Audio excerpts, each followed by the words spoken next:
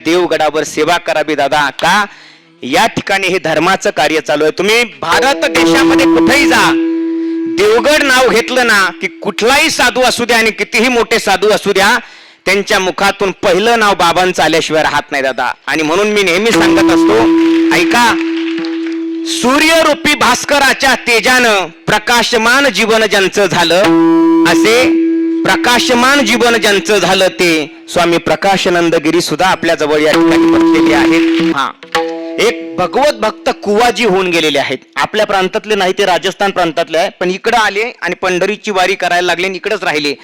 ते भगवत भक्त कुवाजी असे होते की त्यांच्या घरी रात्री 12 वाजता जरी वारकरी आले, रात्री 12ला बायकोला उठवणार, स्वयंपाक बनवायला लावणार आणि रात्री 12 वाजता वारकरी जेव घालणार। अहो, रोजच महाराज ते बायको वैतागली, तिने साप सांगून टाकलं, आजपासून घरात एक तर वारकरी राहतील, नाही तर मग घरात मी राहील। आता काय करावं, वरती जाऊ द्या, तुम्ही असते तर काय केले असते? आपली बायको आपल्याला जर म्हटली वारकरी घरात राहतील नाही तर मी राहील, तुम्ही काय केलं असतं? वारकरी घराबाहेर नाही, गावाबाहेर नेऊन घातले असते, है का नाही?